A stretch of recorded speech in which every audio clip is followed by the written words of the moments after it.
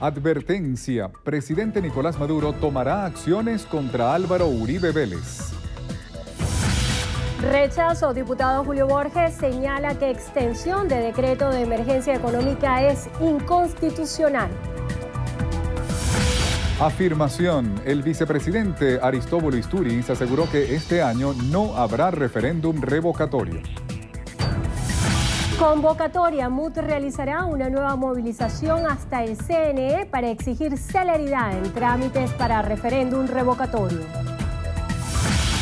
Visitas guiadas. Diana D'Agostino recibió a varios grupos estudiantiles en el Parlamento.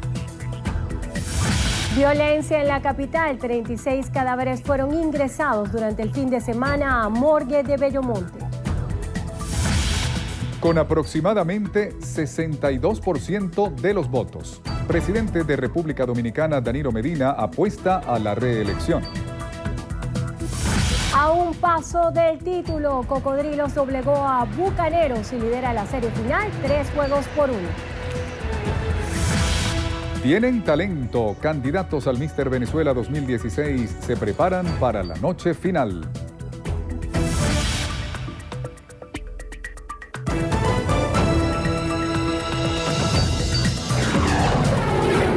Noticiero Venevisión. Información justa y balanceada. ¿Qué tal, amigos? Tengan todos muy buenas tardes y sean bienvenidos a la emisión meridiana de su noticiero Venevisión.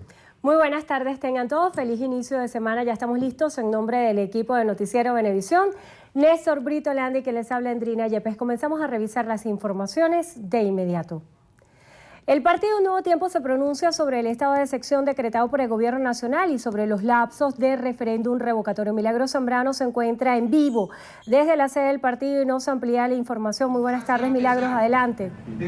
Sí, muy buenas tardes. A esta hora el vicepresidente de la Asamblea Nacional, Enrique Márquez, ya se encuentra ofreciendo detalles tanto del estado de excepción decretado por el Gobierno Nacional como el revocatorio. Él ha manifestado que luego del 8 de julio se cumplen los plazos y en 90 días entonces el CNE debería llamar al referéndum revocatorio. Escuchemos. Para intentar gobernar en ese caos y en esa anarquía. Ante ese llamado a la anarquía, nosotros llamamos a la tranquilidad dentro de la catástrofe, y sabemos lo que le estamos pidiendo al pueblo.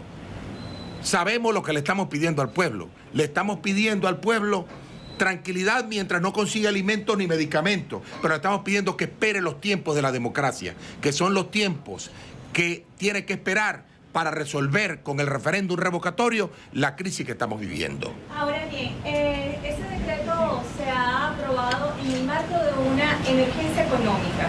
¿Consideran ustedes que se llegó a cumplir algo en esta primera etapa? ¿Y sí. ¿Por qué entonces ir por qué el gobierno nuevamente hacer un decreto de una emergencia económica?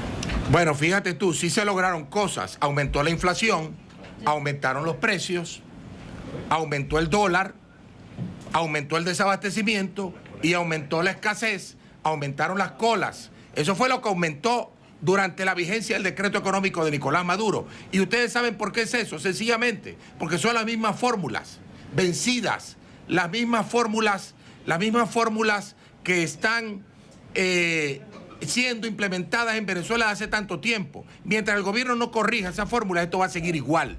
Y le advertimos al país, desafortunadamente, lo tenemos que advertir con pesar, que los próximos meses serán más duros, serán más complicados, por el cierre de empresas masivo que está ocurriendo en Venezuela, por la imposibilidad de tener divisas para la producción, por la imposibilidad de producir. De tal manera... Bien, esta forma parte de las declaraciones de Enrique Márquez. Él ha manifestado que el referéndum revocatorio es un derecho constitucional para solucionar la crisis económica, política y social que enfrenta el país.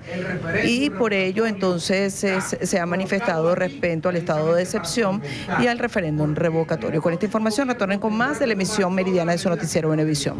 Muchísimas gracias, Milagros. El presidente de la República, Nicolás Maduro, solicitó al Ministerio Público activar un mecanismo para enjuiciar al expresidente colombiano Álvaro Uribe, quien señaló que un ejército extranjero debería proteger a la oposición venezolana. El jefe de Estado destacó que lo hecho por el exmandatario es grave, por lo que solicitará que sea enjuiciado tanto en Venezuela como en el exterior y se proceda con su solicitud internacional. Yo creo que lo que ha hecho Álvaro Uribe constituye un delito internacional y Venezuela va a activar. Yo le pido al Ministerio Público, al Poder Judicial, que activemos todas las acciones nacionales e internacionales para enjuiciar a Álvaro Uribe y para solicitarnos a nivel internacional. No vamos a permitir que se amenace la paz del país. El primer mandatario convocó a ejercicios militares de la Fuerza Armada Nacional Bolivariana y las milicias para el próximo sábado 21 de mayo. Julio Borges, jefe de la fracción parlamentaria de la Unidad, afirmó que el presidente Nicolás Maduro no puede extender el decreto de emergencia económica porque la Constitución se lo impide. Maduro no puede seguir prorrogando el decreto de emergencia económica, mucho menos decir que lo va a aplicar todo el año. La Constitución se lo prohíbe, no es Julio Borges el que se lo prohíbe la Constitución. Bueno, a Maduro ya no le importa eso. Es decir, ya estamos en un nivel de caos tan grande que al presidente de la República no le importa para nada volarse la Constitución. Borges exhortó al Gobierno Nacional a someterse al revocatorio tal y como lo establece la Constitución. Invita al Ejecutivo a mirarse en el espejo de Brasil. Dilma Rousseff salió a través de un mecanismo que existe ya, que es que el Parlamento de Brasil le hizo un juicio político y ella tuvo que abandonar la presidencia. Es interesante, Andrina, porque Dilma Rousseff dijo, ojalá yo tuviera la oportunidad de medirme en los votos y no porque los parlamentarios me saquen a través del Parlamento. Nicolás Maduro tiene la oportunidad de hacerlo aquí porque está en la Constitución. Entonces, acá lo que estamos pidiendo es simplemente que se permita que a través del referéndum la gente pueda votar. El diputado aseguró que la ley de cesta ticket para jubilados y pensionados se puede financiar perfectamente si el gobierno deja de regalar los recursos del Estado. La semana pasada Nicolás Maduro firmó un convenio con Cuba donde le da 1.400 millones de dólares a Cuba para el tema de la agricultura urbana. Y aquí nos estamos muriendo de hambre. Después que el tribunal declaró que esa ley no era viable, hicimos un estudio en la Asamblea y le propusimos 3 vías concretas de cómo financiar el cesta ticket para jubilados y pensionados.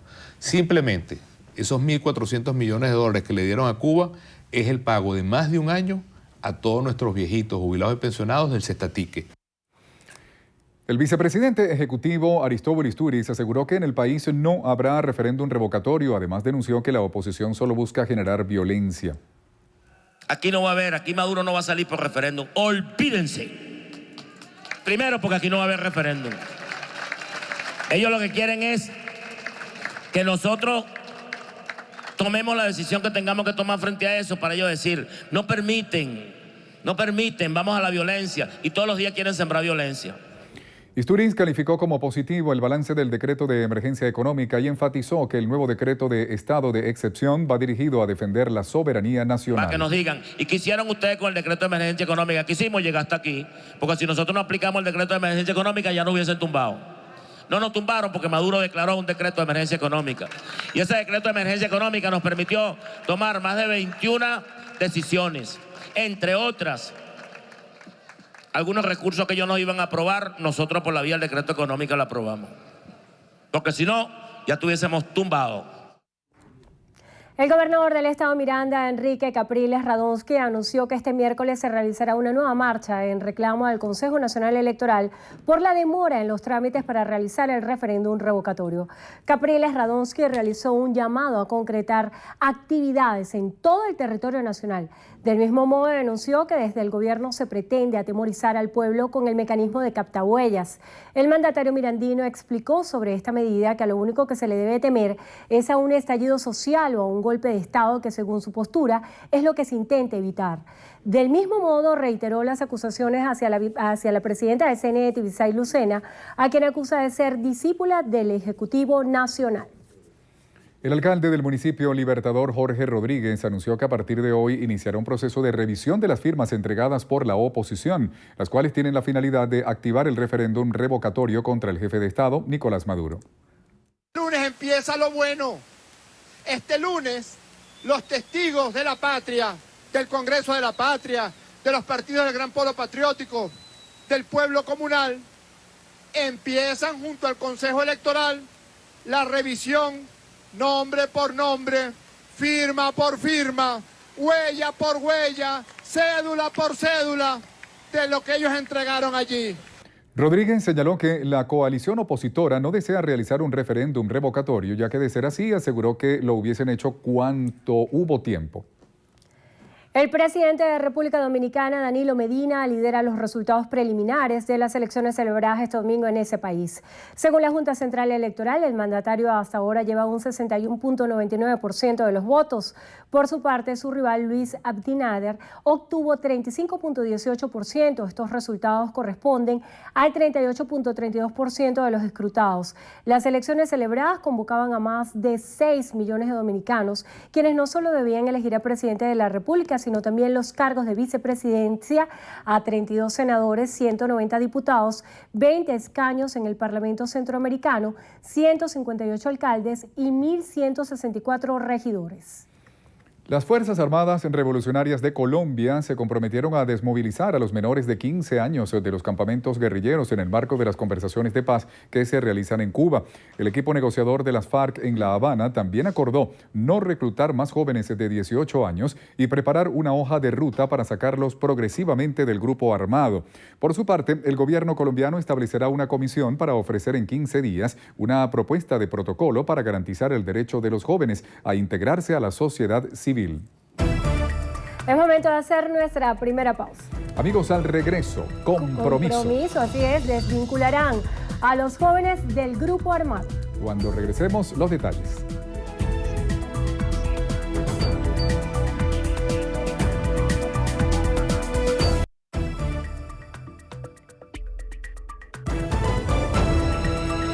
Amigos, continuamos con las informaciones. El mayor general Cliver Alcalá Cordones, excomandante de la Red Guyana, afirmó que la denominada guerra económica existe y se ha generado desde el seno del gobierno nacional. Alcalá Cordones indicó que a través de Cadivi se gastaron gran cantidad de los recursos del Estado que a su juicio pudieron haber sido utilizados para cubrir las necesidades de los venezolanos en materia de alimentación y medicamentos. Consideró que un buen paso para afrontar la problemática actual es investigar los verdaderos causantes de la denominada guerra económica. En materia electoral, el mayor general resaltó que el revocatorio fue ideado por el fallecido presidente Chávez y por tanto considera que debe ser protegido como parte de su legado. Afirma que no hay que temer que los venezolanos expresen su opinión acerca de la gestión gubernamental, ya que esta pudiera ser una oportunidad para trabajar en la recuperación de su confianza. El diario estadounidense The New York Times publicó este domingo un reportaje denominado El colapso del sistema de salud en Venezuela. El artículo hace una reseña de las precarias condiciones en las que se encuentra el Hospital Luis Racetti de la ciudad de Barcelona, en el estado Anzoátegui, donde han muerto en los últimos días varios recién nacidos. Hay escasez de antibióticos, soluciones intravenosas y alimentos. Destaca además los constantes apagones eléctricos que provocaron la paralización de los respiradores de la sala de maternidad. Durante los últimos 2 meses no ha habido materiales para imprimir rayos X, por lo tanto los pacientes deben utilizar sus teléfonos para tomar una foto de sus exploraciones y llevárselas al médico. El New York Times indica que Luis Racetti de Barcelona se ha convertido en uno de los casos más notorios del colapso hospitalario en el país y describe que en el hospital de la Universidad de los Andes, en Mérida, no hay suficiente agua para lavar la sangre de las mesas de operaciones. Los médicos se preparan para las cirugías limpiándose las manos con botellas de agua mineral. En Caracas, solo 2 de los 9 quirófanos del Hospital J.M. de los Ríos está funcionando. The New York Times asegura que la crisis económica en nuestro país ha desembocado en una emergencia de salud pública que causa la muerte de un número incalculable de venezolanos. El defensor del pueblo, Tarek William Saab, aseguró que el organismo que preside garantizará el respeto de los derechos humanos de los venezolanos tras el estado de excepción decretado por el Ejecutivo Nacional. La Defensoría del Pueblo, en la experiencia anterior, en la frontera, particularmente los estados Táchira, Zulia, Amazonas, ha actuado de manera institucional, coordinando con las autoridades competentes para que en medio de esta circunstancia, de estado de excepción, sean vigilados, protegidos los derechos humanos de todos los venezolanos en la zona fronteriza. Un Estado, en base a lo que establece la ley, y las propias garantías constitucionales, siempre respetando los protocolos y los estándares internacionales, puede hacer uso de ese decreto. Lo que vigila la Defensoría del Pueblo antes y ahora es que se haga en estricto respeto a lo que establece la Constitución y los protocolos internacionales, y si ocurre cualquier denuncia o cualquier circunstancia especial, nosotros actuaremos para corregirla. Trabajadores de empresas Polar se mantienen en vigilia constante para proteger sus puestos de trabajo. Esto tras los anuncios expresados sobre las plantas que no estén produciendo y se mantengan paralizadas deberían ser tomadas por el Ejecutivo. El pasado jueves, franquiciarios, trabajadores, transportistas y personas de distintas comunidades expresaron su apoyo a Empresas Polar y exigieron al Gobierno Nacional que asigne las divisas correspondientes para cancelar todas las deudas a los proveedores internacionales de materia prima y así reanudar las funciones de cada una de las plantas. Sin embargo, el gobierno no ha ofrecido solución. La fábrica que produce en Caracas cumplió 17 días sin funcionar por falta de materia prima. Aproximadamente 300.000 empleos están en riesgo debido a esta situación. El Superintendente Nacional para la Defensa de los Derechos Socioeconómicos, William Contreras, informó que 532 personas fueron detenidas por estar presuntamente incorporadas en las redes del bachaqueo. Contreras indicó que se están fiscalizando hasta la práctica de venta de números con condición de acceso a las tiendas y elaboración de lista de marcaje de personas. También mencionó que se continuarán evaluando los precios de los productos que se manejen en grandes volúmenes, que no se vendan en condiciones normales y que el producto rote a gran velocidad por los establecimientos. Asimismo, el superintendente explicó que en el tema de los medicamentos han recibido instrucciones para instalar una mesa de seguimiento al sistema de droguería para hacer una toma de inventario. Del mismo modo, añadió que tienen identificados a los empleados que han desviado los medicamentos a la red Farmatodo. Un grupo de trabajadores de Abastos Bicentenario denuncian despidos masivos en la red de distribución de alimentos. Maoli Aldana nos cuenta más. Así es, buenas tardes. Ellos aseguran que con estos últimos 30 despidos de la red de Abastos Bicentenario ubicado en Los Ilustres se elevó a 3.000 el número de empleados que han sido despedidos de esta red de distribución de alimentos en todo el país. Insisten en que se está violando sus derechos, pues aseguran que no hay justificación para estos despidos. Escuchemos. Más de 2 meses ellos se están enfocando en una ley de reestructuración. Y ahí nos están vulnerando nuestro fuero sindical, fuero delegado de prevención, personas embarazadas, como que tenemos aquí a la compañera, no están respetando nada, personas mayores, personas de 60 años, personas de tercera edad, no nos están respetando nuestra estabilidad laboral. Hoy también obreros de la Universidad Central de Venezuela protestaron para exigir mejoras salariales, trancando uno de los accesos. Escuchamos parte de sus exigencias. Tenemos problemas ahorita con los uniformes, con el salario y los cetatiques. Y aquí dentro de la universidad tenemos trabajadores, tanto albañiles, tenemos jardineros, tenemos pintores y no tienen uniforme para trabajar. Los salarios están contra el piso, ¿no? Tanto los trabajadores de Abastos Bicentenario como los obreros de la Universidad Central de Venezuela aseguraron que se mantendrán en las calles hasta tanto sean escuchadas sus peticiones. Es la información que tenemos hasta ahora. Ustedes continúan con más de nuestra emisión meridiana. Muchísimas gracias, Maoli. Amigos, vamos a hacer la pausa. Así es, al regreso más información para ustedes. Quédense con nosotros. Ya venimos.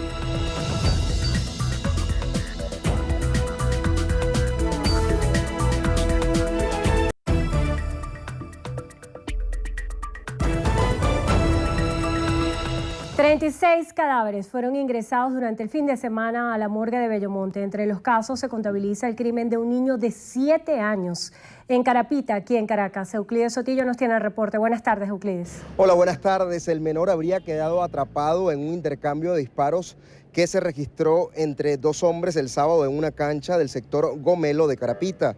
El niño fue trasladado herido por los vecinos al Hospital Pérez Carreño, donde lo operaron, pero 24 horas después falleció.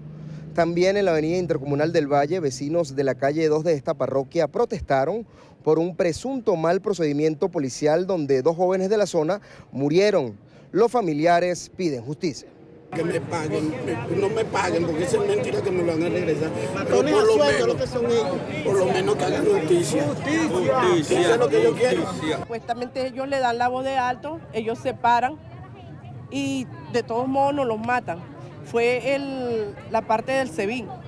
Era la única alcabala que había en la que estaba aquí abajo, porque no había alcabala para allá arriba, para ninguna parte. Se conoció de manera extraoficial que en lo que va del mes de mayo, 230 cadáveres han sido ingresados a la Medicatura Forense de Bellomonte. La mayoría ingresó por muerte violenta. Euclides Sotillo, Noticiero Venevisión. Gracias, Euclides. Y en el estado Zulia, al menos 15 muertes violentas se registraron durante el fin de semana. Entre los casos se contabiliza el de una pareja que luego de ser asesinada a disparos fue lanzada a una quebrada. A esta hora, nuestro compañero José Leonardo Nava nos trae los detalles de lo ocurrido. Adelante, José Leonardo, buenas tardes. Gracias, buenas tardes. El contacto lo hacemos a esta hora para informarles que el hecho se produjo en el sector Los Tres Locos, al oeste de la ciudad de Maracaibo. Un hombre y una mujer que aún no han sido identificados presentaron disparos en la cabeza. El doble homicidio se produjo aproximadamente a las 5 de la mañana de este domingo. Ambos cuerpos fueron trasladados a la morgue de Maracaibo a la espera de familiares para su reconocimiento. En otro hecho ocurrido en el sector Altos de Jalisco, al norte de la ciudad de Maracaibo, un joven de 30 años de nombre Edwin Jesús Andrade murió al recibir 5 disparos al momento que salía de una tasca en el sector. Bueno, él estaba junto con mi sobrina, ¿verdad? Y varias personas más en una tasca y estaban bebiendo. Él salió, la otra sobrina mía sale a ver dónde estaba él y al ver que él no estaba, bueno, ella decidió irse para la casa porque por ahí mismo vive mi mamá. Al ratico, como a los 5 minutos, se oyeron disparos y se dieron cuenta que era él. No, nadie vio nada, no se vio nada, no sabemos quién fue ni nada de eso. Era un muchacho sano. La víctima laboraba como carnicero en el Mercado Popular de las Playitas, en el casco central de la ciudad de Maracaibo, y deja huérfanos a 3 hijos menores de edad. Información que podemos compartir con ustedes a esta hora de la tarde. La invitación es para que continúen con más de la emisión meridiana de su noticiero Venevisión. Gracias, José Leonardo. 5 personas fueron detenidas en Anzoátegui por su presunta vinculación en el secuestro y homicidio de un niño de 7 años. Nina Martínez tiene más información. Adelante, Nina. Buenas tardes. Gracias, Estudio, por el pase. Efectivamente, fueron privados de libertad 4 adultos y un adolescente de 16 años de edad por su presunta vinculación en el secuestro y posterior muerte de un niño de 7 años cuyo cuerpo fue hallado en una zona boscosa detrás del aserradero del sector Cruz Verde de Barcelona, en el estado de Anzoátegui. En la audiencia de presentación, los fiscales 46 Nacional Auxiliar y 16 de esa jurisdicción, Alejandro Celis y Tomás Armas, respectivamente, imputaron a Víctor Díaz, de 30 años, y José Manuel Marchán, de 27, por la presunta comisión de los delitos de secuestro agravado, homicidio intencional calificado por motivos futiles, uso de adolescente para delinquir, inclusión o uso de niños, niñas y adolescentes en grupos criminales y asociación para delinquir. Recordemos que el pequeño se encontraba en una playa de lechería junto a su familia cuando el adolescente de 16 años lo invitó a jugar para luego ser secuestrado. Funcionarios del CICPC se encuentran tras la pista para verificar si esta banda utilizaba niños para luego cometer sus hechos de secuestro. Esta es la información que manejamos a esta hora del mediodía y con ella retornamos al estudio en Caracas. Muchísimas gracias, Nina Martínez, desde Anzoátegui. Unas 8 toneladas de cocaína fueron incautadas en un depósito subterráneo en el departamento de Antioquia, en Colombia. La cocaína pertenecía a la banda criminal Clan Usuga. Yasmín Cogollo, de nuestro canal aliado Caracol, nos amplía la información. Adelante. Esta es considerada la mayor incautación de droga en la historia de las fuerzas militares contra el Clan Usuga. En una finca del corregimiento de Nueva Colonia del municipio de Turbo hallaron 8 toneladas de clorhidrato de cocaína pertenecientes al Clan Usuga, al mando de alias Gavilán, segundo de alias Otoniel, líder de la organización criminal. Es el cargamento de droga más grande de la historia en territorio colombiano. Hemos tenido otras operaciones marítimas que pueden tener algunos kilos más de incautación, pero este pasa a la historia. El operativo comenzó en la madrugada del domingo cuando comandos de la policía, respaldados por 2 Black Hawk, llegaron a la zona y ubicaron el kiosco donde estaba enterrada la droga. Los uniformados levantaron una capa de cemento y encontraron la caleta de más de 6 metros de largo por 3.5 metros de ancho. Allí, alias Gavilán escondía 359 lonas repletas de cocaína, avaluada en $250 millones. No los vamos a dejar pelechar, por el contrario, nuestra policía, nuestras fuerzas militares estarán todos los días buscándolos, buscando sus actividades financieras, buscando la manera como amenazan gentes, la manera como usan el comercio ilícito para transportar su droga. En el hecho fueron capturadas 3 personas y otros 3 emprendieron la huida y están siendo perseguidas por las autoridades. Según la policía, las 8 toneladas de cocaína estaban listas para sacarse por el Mar Caribe hacia Centroamérica y de allí a Estados Unidos. Amigos, hacemos la pausa.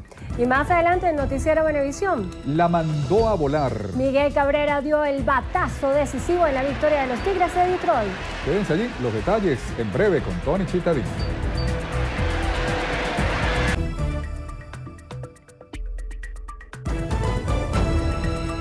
Amigos, seguimos con las informaciones. La Asamblea Nacional continúa recibiendo a estudiantes de todo el país en el programa de visitas guiadas a la sede parlamentaria. Manuel Covela nos amplía.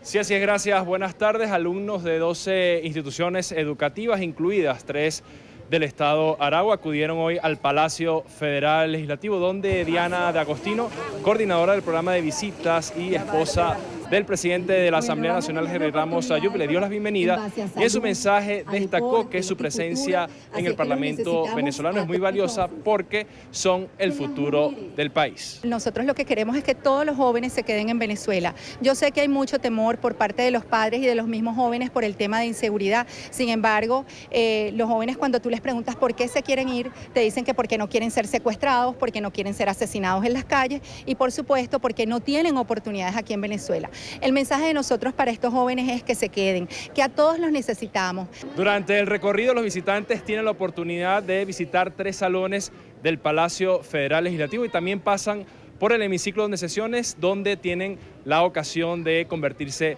en diputados por un día. Esta es la información que podemos ofrecerles hasta el momento. Sigan con más de la emisión meridiana de Noticiero Venevisión.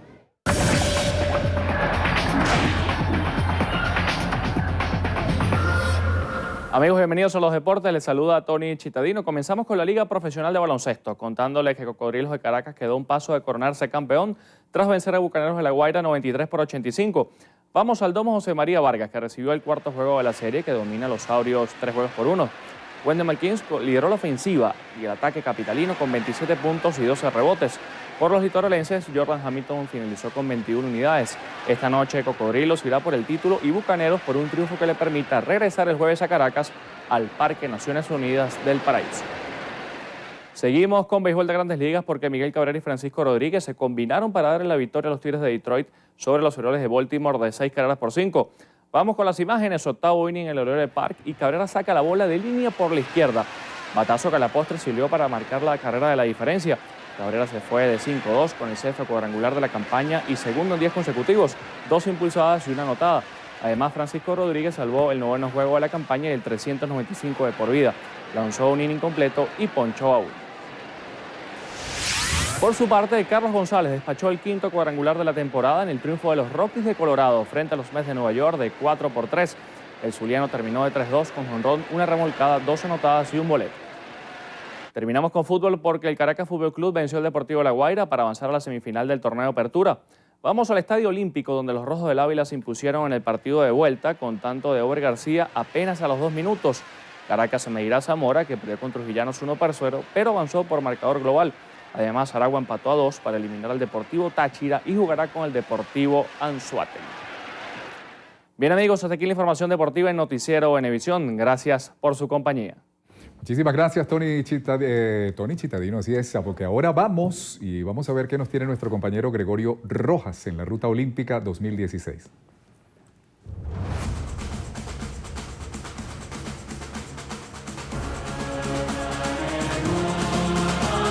Amigas y amigos, bienvenidos a una nueva parada de nuestra Ruta Olímpica. Cada vez estamos más cerca de la magna cita del deporte mundial y cada día hay más venezolanos que apuntan su nombre en las diferentes disciplinas. Ya son 61 el número de venezolanos inscritos para Río, además de otros 7 que han logrado las marcas mínimas de la Federación Internacional de Atletismo y están a la espera de la confirmación de su cupo. Ladies Brito consiguió para Venezuela un nuevo cupo a los Juegos Olímpicos Río 2016 tras vencer a su compatriota Mayra Méndez en la final del preolímpico de tiro con arco en Medellín, Colombia, disputado hasta este domingo. Yerenman Salazar consiguió su pase a Río en la competencia de 50 kilómetros del Campeonato Mundial de Marcha Atlética en Roma, donde finalizó en el puesto 20 del certamen. Sin duda, Río 2016 nos deparará sorpresas interesantes. Algunos de los valores que promueve el movimiento olímpico son la honestidad y la transparencia. Desde Brasil, Dan Sister nos habla de las medidas que toma el comité organizador para asegurar la actitud ética en estos Juegos. Gracias. El nuevo laboratorio brasileño de control de dopaje fue inaugurado en la Universidad Federal de Río de Janeiro. Tras ser suspendido por problemas como equipos anticuados en el 2011, este lugar recibió casi 57 millones de dólares del Ministerio de Deporte y Educación. La inversión dio resultado. El laboratorio volvió a ser acreditado por la Agencia Mundial. Aquí serán analizados los exámenes de los deportistas que participarán de los Juegos Olímpicos. Sin embargo, no basta una buena estructura. La Agencia Mundial exige que Brasil tenga un tribunal específico para juzgar los casos. Brasil es la 9ª nación del mundo con más casos de dopaje en los últimos años. Desde Brasil nosotros seguiremos paso a paso la ruta olímpica en el noticiero Venevisión. Muchísimas gracias, Dan, y a ustedes, gracias por acompañarnos. Será hasta una próxima parada de nuestra ruta olímpica.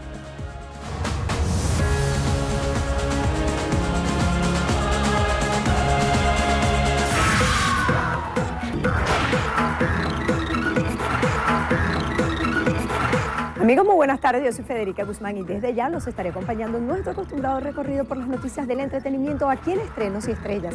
Y comenzamos con los candidatos al Mister Venezuela 2016 y los preparativos para la noche final. En esta edición, 14 jóvenes con sueños, profesiones y estilos variados compiten por un objetivo en común: ganar la bufanda del Mister Venezuela 2016. Más allá de los estereotipos asociados a los certámenes de belleza, los aspirantes buscan demostrar que son más que un cuerpo trabajado en un gimnasio. Hola, ¿qué tal amigos? Les habla Gustavo Acevedo, candidato número 2 al Mister Venezuela 2016. Un saludo especial a Federica Guzmán en Estrenos y Estrellas. Hoy estamos aquí en la prueba de canto con el profesor Euro Navas. Yo voy a cantar Yo la conocí en un taxi, en camino al club. Bueno, a mí me toca cantar Sentir Zuliano, soy Livio Larrovere, candidato número 7 al Mister Venezuela. Hola, ¿cómo están? Bueno, yo soy Jordan Mendoza y a mí me toca cantar Sin Tantita Pena de Alejandro Fernández. Espero me salga bien porque de verdad que todos hemos ensayado bastante, pero lo importante es que a ustedes les guste, así que pendientes y no se pueden perder esto. A mí me tocó realizar la despedida de Estrenos y Estrellas, haciendo lo mismo que hacía Federica Guzmán, y también me tocó realizar una animación donde traía al personaje Il Bolo. Hola amigos, mi nombre es José Luis Trujillo, candidato número 14 del Mister Venezuela. A mí me tocó despedir a Atómico y presentar a Vicente Fernández. Todos los candidatos coinciden en una cosa: participar en el concurso es una oportunidad para debutar en el medio, aunque algunos de ellos ya tienen parte del camino recorrido. Les queremos hablar que hemos tenido muchísimas pruebas. En esta ocasión tuvimos la prueba de actuación con la señora Carmen Julia Álvarez, nos fue excelente. En lo particular tuve que compartir escena con mi compañero Renato y él les va a explicar un poquito de qué fue esta prueba de actuación. Hola, ¿qué tal? Como ya saben, soy Renato Gravino, candidato número 6 al Mister Venezuela. Primero quiero dar un gran agradecimiento a la profesora Carmen Julia Álvarez por hacer milagros con muchos de nosotros que actuación no sabíamos nada. La invitación es a seguir con nosotros en la recta final al concurso que se celebrará en el Gran Estudio 1 de Venevisión el próximo 28 de mayo, con lo que se estrenará formalmente la temporada de la belleza 2016. Así llegamos una vez más al final. Yo soy Federica Guzmán. Que tengan buen provecho y los espero esta noche aquí en Estrenos y Estrellas. Muchísimas gracias, Federica. Amigos, vamos a hacer la pausa. A regreso, en entrevista a Venevisión nos acompaña Miguel Pizarro, diputado de la Asamblea Nacional en representación de la Unidad. Ya está aquí muy cerquita de nosotros en nuestro estudio, así que los esperamos a regreso. Ya veremos. Entrevista Venevisión, líder en opinión. Por tu canal independiente, Venevisión. Muchísimas gracias por acompañarnos en Entrevista Venevisión. Ya estamos listos para iniciar nuestra conversación con Miguel Pizarro. Él es diputado ante la Asamblea Nacional en representación de la Unidad, presidente de la Comisión Permanente de Desarrollo Social Integral. Gracias por estar con nosotros. Gracias, Endrina. Un saludo. A pesar de que el tema económico sigue siendo el centro de interés de todos los venezolanos, yo quisiera que abordáramos en esta primera parte de la entrevista el enfoque a lo político, porque la oposición ha planteado en reiteradas ocasiones que la solución económica pasa por un cambio de la figura del presidente de la República. Y en ese sentido, el vicepresidente Aristóbulo Istúriz ha sido enfático en una declaración en la cual dice: no habrá referéndum revocatorio.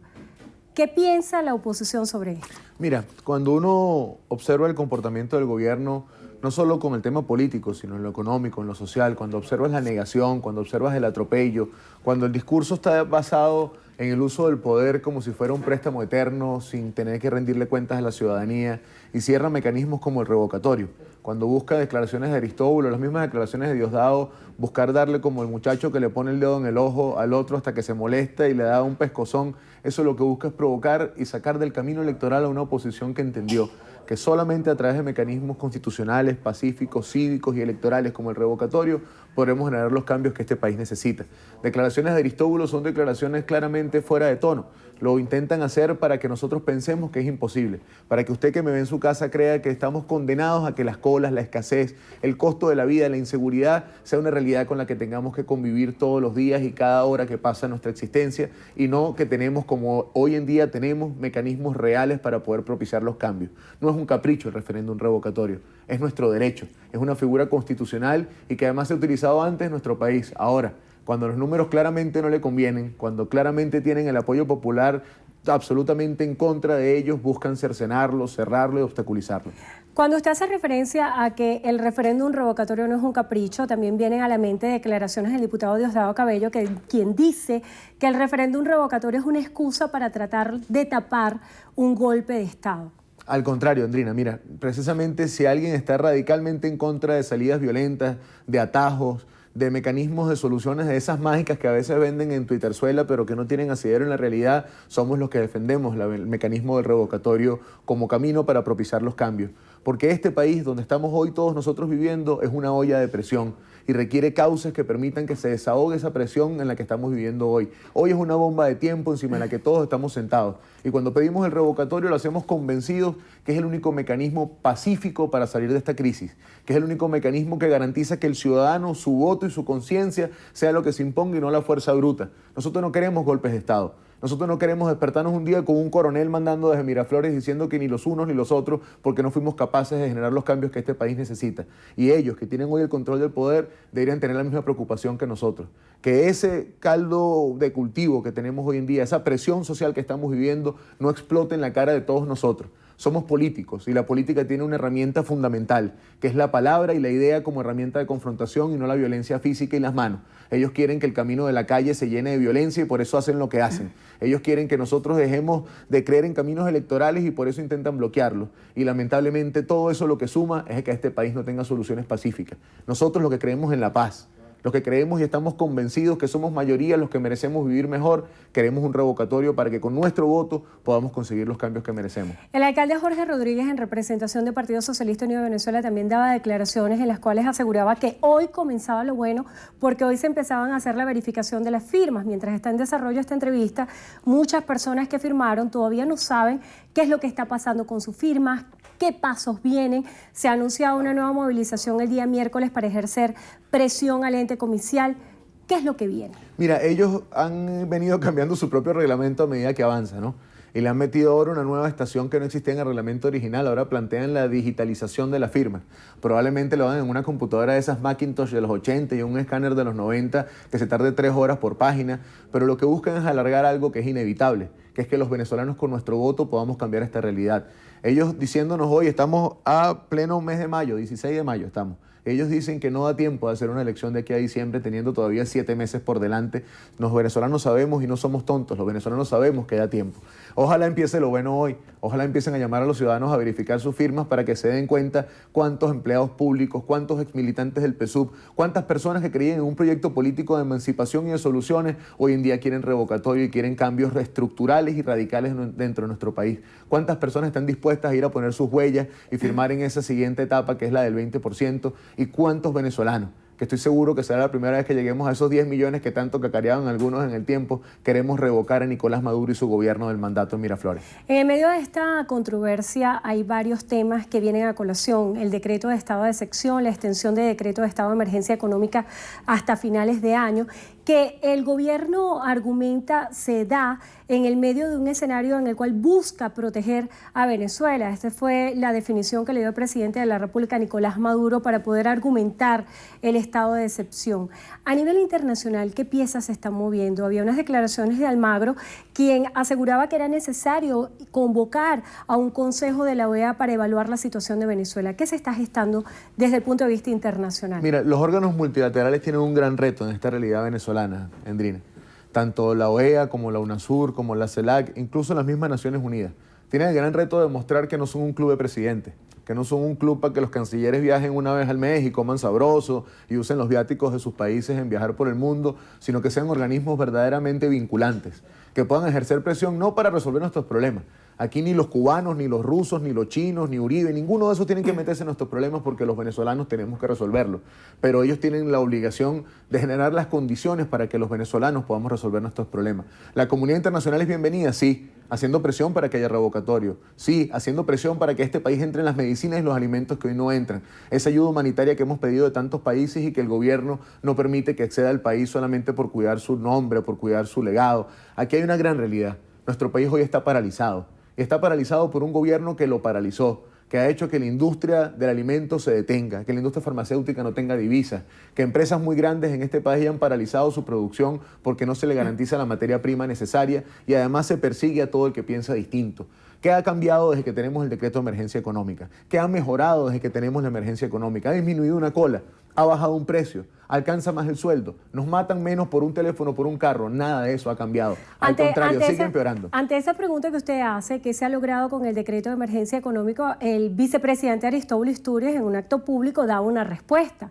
Él decía que el decreto de emergencia económica lo que había hecho era lograr que el gobierno llegara hasta este punto, más 21 decisiones, que si se hubiesen delegado a la Asamblea Nacional no se hubiesen tomado.